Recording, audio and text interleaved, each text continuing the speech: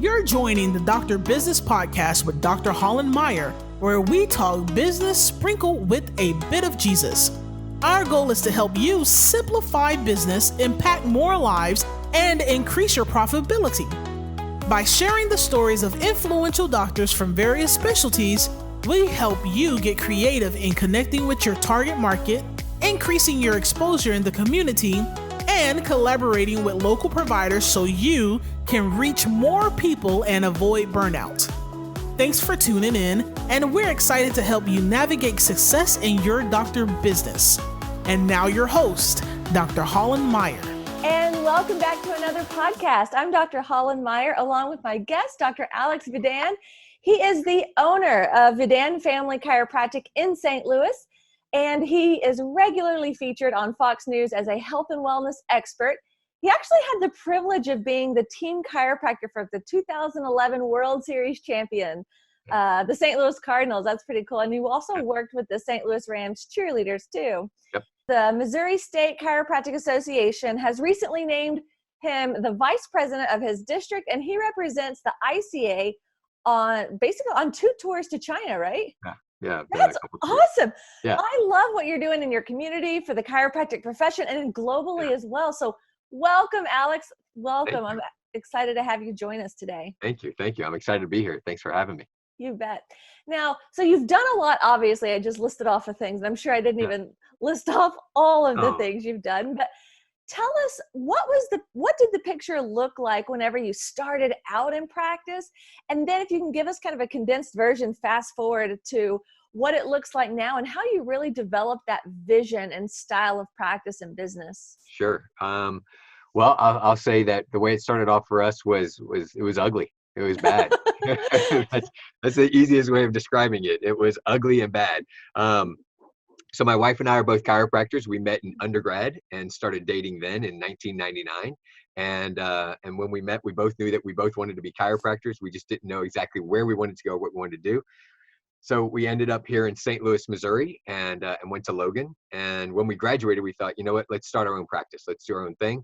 An opportunity came for us, just kind of as a real short version of that. An opportunity came for us to purchase a practice. Okay. The practice that we purchased, the books were cooked. Right. So there was 2 separate books that they gave, and one was obviously much better than the other. And guess which one they showed us? Of course. The one that was the lie and all that. Oh, and so we had bought the practice. We were already in, and then realized this is not what was sold to us at all. And so we learned a lot through that opportunity for us to learn a ton right in there. And then we transformed our home practice. Right. We transformed everything. It took time. But, it finally happened, and we started turning things around, and we started making an impact in our community and started helping more and more people. And now we're in a 5,000 square foot office where, that we own the building. We're deep in our community. We were in a great spot. We're between a Whole Foods and a Starbucks, and it's a good thing, and we help a lot of people. So we enjoy it. That sounds like a rags to riches story right there from a business perspective in the practice. That's awesome. Now, what do you think was pivotal in turning the practice around for you guys? Well, there was a lot of things for us. I mean, leaning on each other, understanding that, leaning on God a ton, like that was a big part for us. It was a huge growing experience for us in our relationship and learning about business, and then learning about our relationship with God too. It was just a great thing for us. Those things never sound like great things when you're in the middle of it, right? But always on the back end, you look back and like, oh, I learned a lot there. Purpose in that, right? Yeah, there was actually a reason I went through all that. But we learned about consistency and persistence and drive and those kind of things, and finding mentors and finding people that we could turn to and ask questions of that you could actually trust. Because the person who we bought the practice from originally was somebody that we thought was going to be that. We thought that they were going to be that person that we could turn to. I mean, we broke bread with them. We went to church with them. We met like all those things. So we really felt like we knew this person, and it ended up not being. But we learned a lot, Yeah. What a surprise. And just for our listeners out there and those that have not been in business very long, the turnaround process, I'm certain, didn't happen in a snap of a fingers. I'm sure it was a process of years. Yes. Yeah. It continues to be. Yeah. And I do want to, I'm glad that you mentioned that, because I think a lot of people think, oh, well, it just happened and that was it. It's like, no, it never happens like that. We all know that. Like, we innately know that that's not how it works. But when you're in the middle of it, you just keep asking yourself, like, when is this thing going to turn around? Like, when is this going to happen? When's it going to finally click? And it's just about consistently and persistently doing the right things over and over and over till they become the habit of what it is that you do.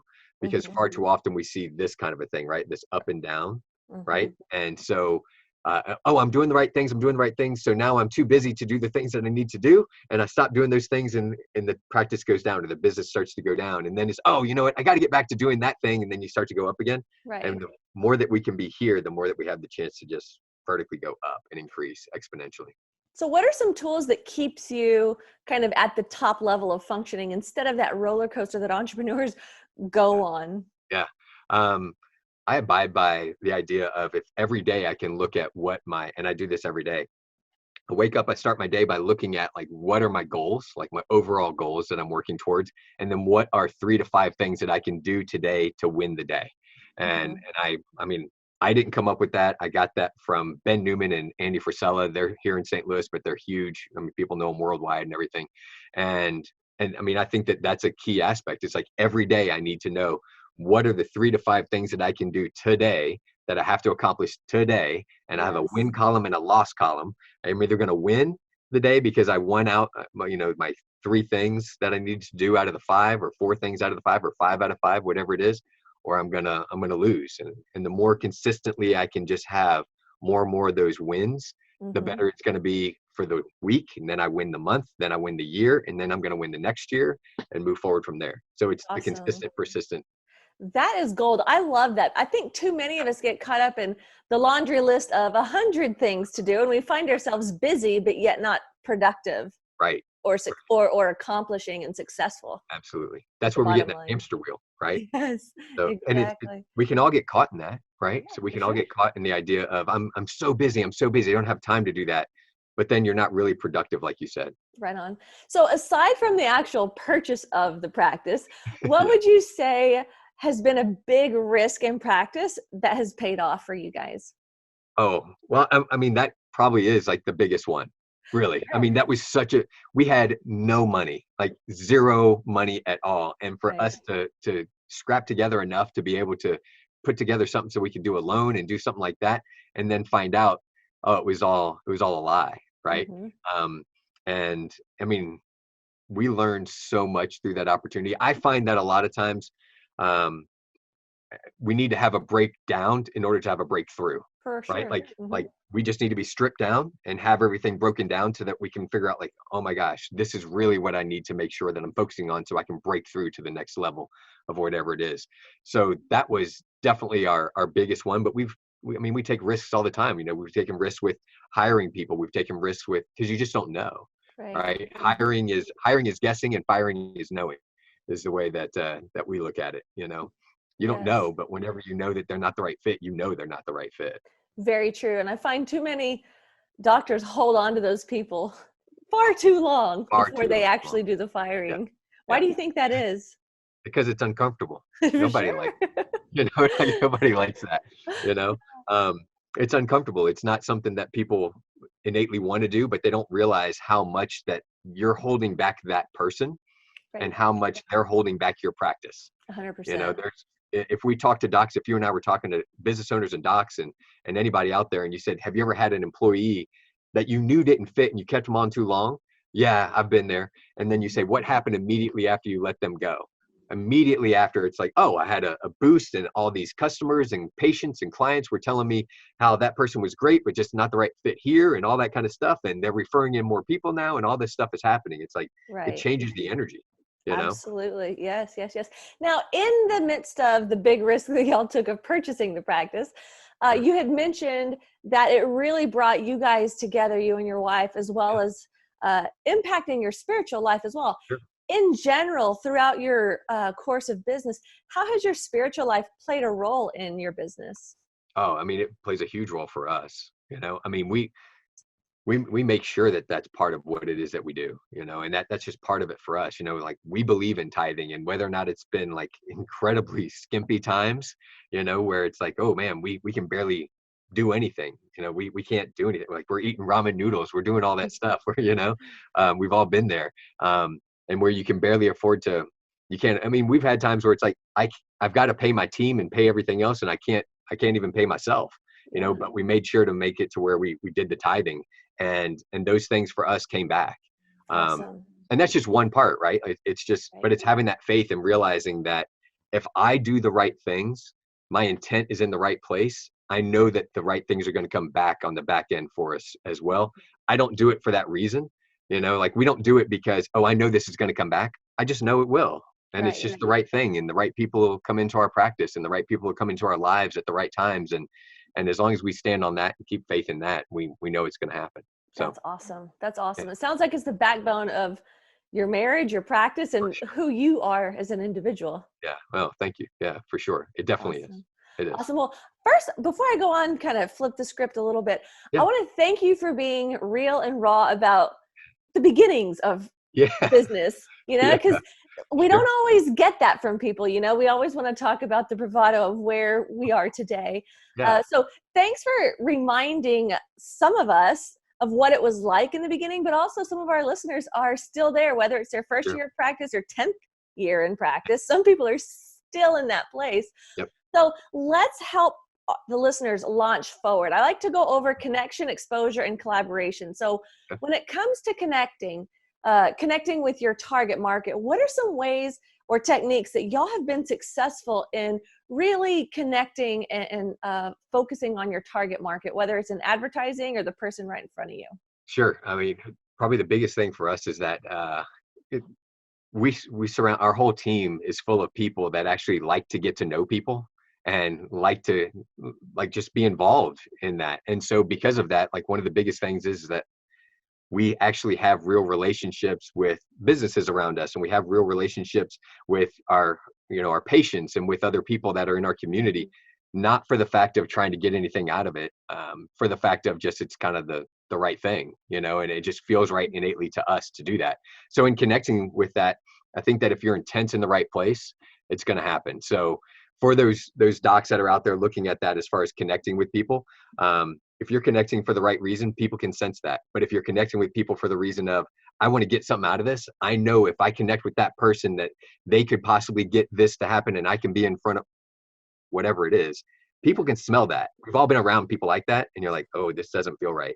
So sometimes you have to I know I can get something out of this, but you have to kind of push that to the side and just really be authentic and real with other people, so that they know who you are. And once they can see who you really are, then people actually want to get to know you more. For sure. I love the intent behind that. But also, I want to point out something that I think is brilliant in what you do is, seems like you have a way of creating a culture in your office of that same exact thing, and just kind of an extension of who you are.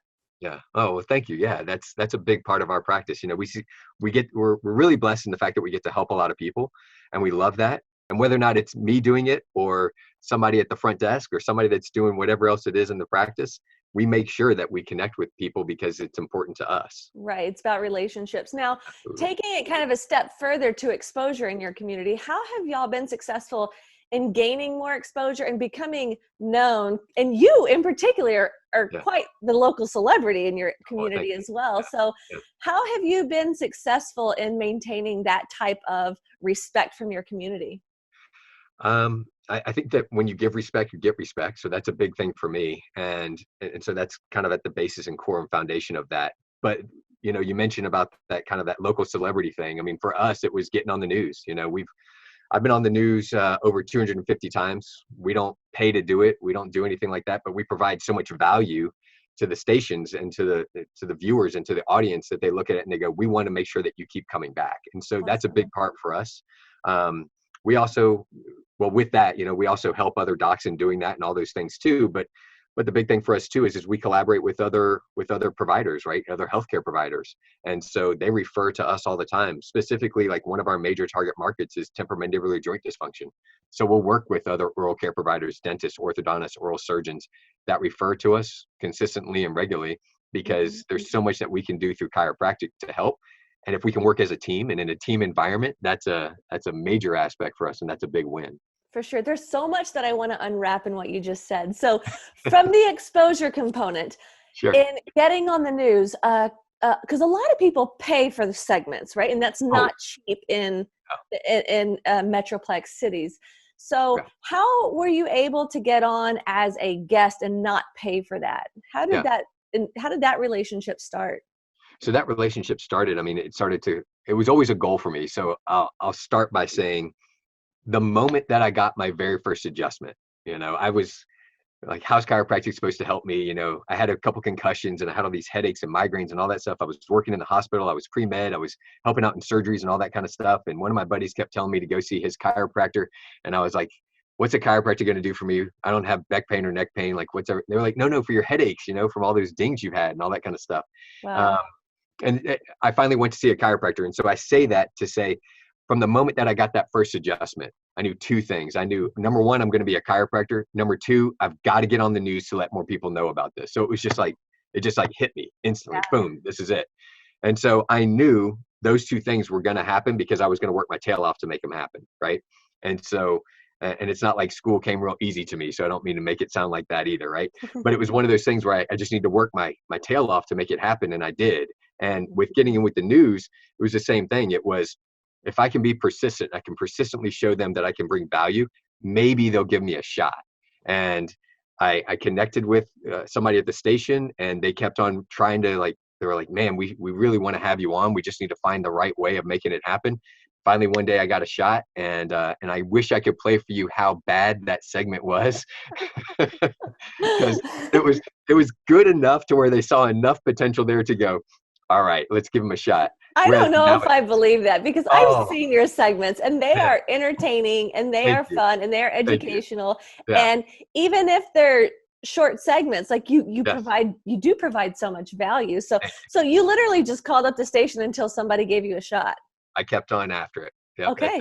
And now we have like a process, because now it's changed, right? So that was almost 12 years ago that I started doing that, right? And now the process has changed to where there's different ways of making those things happen and different ways of connecting and getting in, but there's still it's valuable, right? Like being on the news in your local area is one of those things that can really maximize exposure, maximize credibility, maximize like instantly changes people's thought process of who you are and what you can do. For sure. So that's a major aspect. And then another one I wanted to unwrap was your collaboration process in working with local doctors outside of your profession, right? Chiropractic. Sure. You really go outside to really work on something that you have a huge passion for and teach doctors around the country how to do with TMJ stuff. Right. So do you get quite a bit of referrals from that, or how has that collaboration served your practice?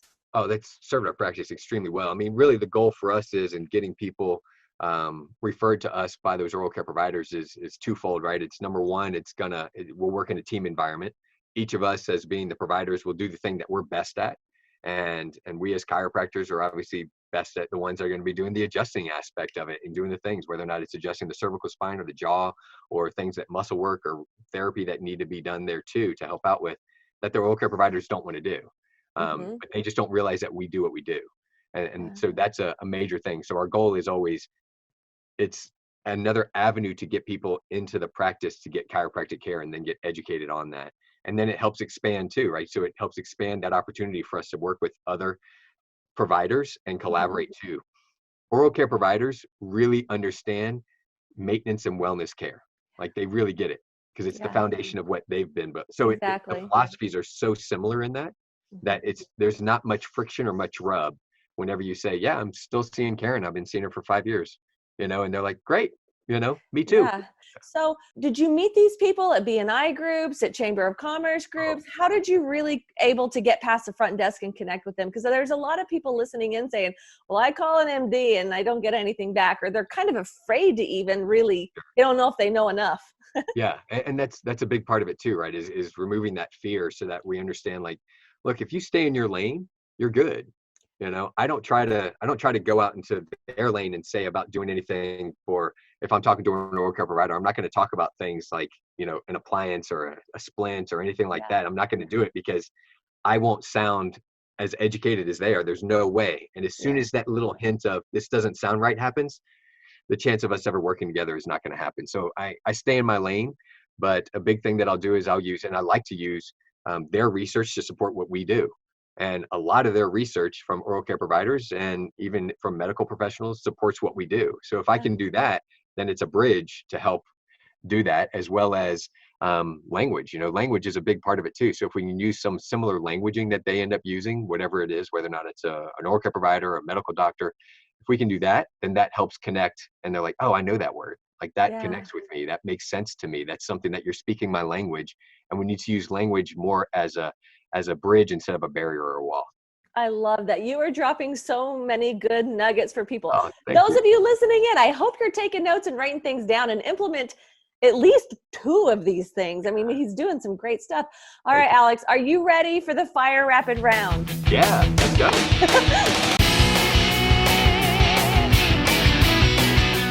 All right, so I'm going to ask you some questions and then you'll just give quick, short answers, okay? All right, so in hindsight in business, what should be the 2 top areas of focus for docs in business? Consistent and persistent. So it's just always being consistent, always being persistent. Like that. Those are the things. If you're that, then boom, you'll be solid. I love it. Yes. Next question. What is the best advice that you have ever received? Oh, that's a good, man. There's been so many great things. That's a great one. The best advice that I've ever received was working with the Cardinals, and they have a saying. It's called the Cardinal Way. And the idea is to focus on your wins and then learn from your losses. So focus on the win, learn from the loss. And so I find a lot of times we don't, especially as chiropractors or even as business owners, we could see whatever your number in the day that you see is, whatever that is, but you're only going to focus on those few people that didn't come in, right? Like, so you're going to focus on those like, oh man, she didn't come in again, or he didn't come in again, or whatever it is. What about all those other people that you served today? Like, focus on those and then learn how can I make that a little bit better for those people over here that didn't make it in, that we got to get back on track. Like, how can we do that? Yes. I like that. So many times, like you said, we focus on the losses, but we don't even learn from them. We just beat ourselves up over it. So love it. All right. What is one thing that you see consistently in every successful business owner? An unwavering driving force. Like their driving force, if they're successful, they have this unshakable, unwavering driving force that they're just like, no matter what it takes, there's no other option. This is going to happen. This is going to work. Yeah. And that determination and the ability to then take action, that's the other part, because they have that driving force. They're going to take action on things. They're not going to have anything else shake them or deter them or anything else. Awesome. You're motivating me right now. I'm like, let's do it. Yeah, let's go. As a side note, what is your driving force? What keeps you like pounding the pavement on the road, doing things not only for your practice and your community and globally for your profession? Yeah. What's your driving force?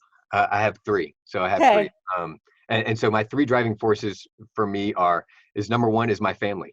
I'm first generation born here in the United States.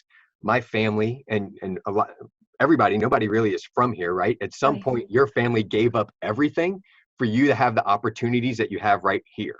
And because of that, like, there's so much that we need to be like paying forward on, because so many other people have risked absolutely everything to get us to where we are today. So that's one thing for me, right?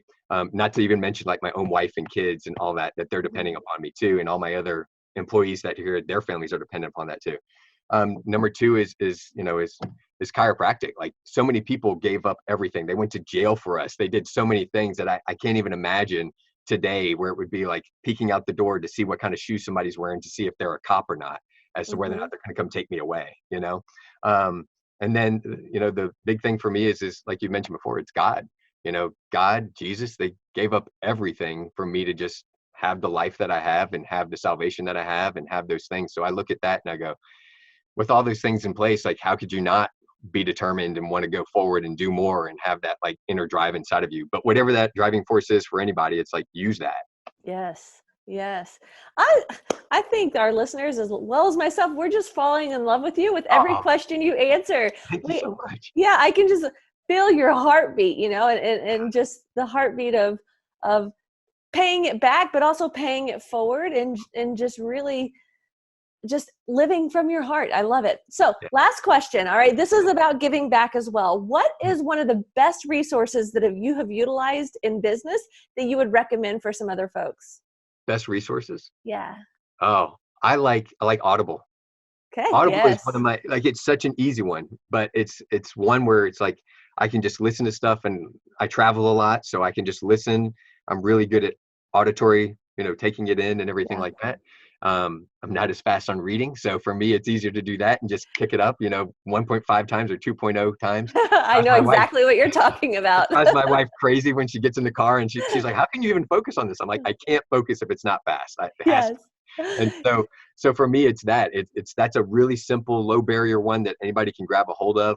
I like listening to books on there. Like I listen to like 10X by Grant Cardone is one that I listen to every single year. I listen to it over and over and over. I've listened to that thing and probably burned it up. But there's so many great books that are out there. Gary Vee, I love all his stuff. Oh man, there's so many good ones. I know. So it sounds like you listen to and follow a lot of general entrepreneurial like powerhouses. Yes, for sure. Okay. Absolutely. Yeah. That's a big thing for me is just following those people. I mentioned before, Andy Frisella, like check out his podcast is great. Ben Newman, his is awesome too. Like those guys are just good people with good hearts that are doing a lot. I don't swear a lot, but Andy Frisella swears a whole lot. And that's my one caveat that I'll say if anybody's out there listening to him, you'll know. But he's got great stuff, that's it. His heart and his intent is always in the right place. And I appreciate that. Incredible. Well, thank you so much for your heart and your intent being in all the right places and sharing so much value with us. Before I let you go, how can people get a hold of you? They can get a hold of me. I mean, I'm on everything on social media and everything like that. So, whether or not it's Twitter or Facebook, like all the regular stuff, TikTok, all that kind of stuff. So Dr. Alex Vidan, so DrAlex Vidan. So you can be on there. You can get in touch with us if you want to do anything like on TMJD, so drtmjd.com. And then getonlocalnews.com. So if you want to find out about being on your local news or anything like that, you can look on there. In fact, on getonlocalnews.com, we have 2 other like just things that you can get to find out about how like be an expert on the news or what news stations are looking for that. They're free. It's just check it out, see what kind of action steps you can take with that too. Awesome. Yeah. Check out his TMJ stuff and the news stuff too. So, and I'll be sure to put those links in the show notes so it's easy for them to have access to. Thank you so much, Alex, for your time and your knowledge. I appreciate it.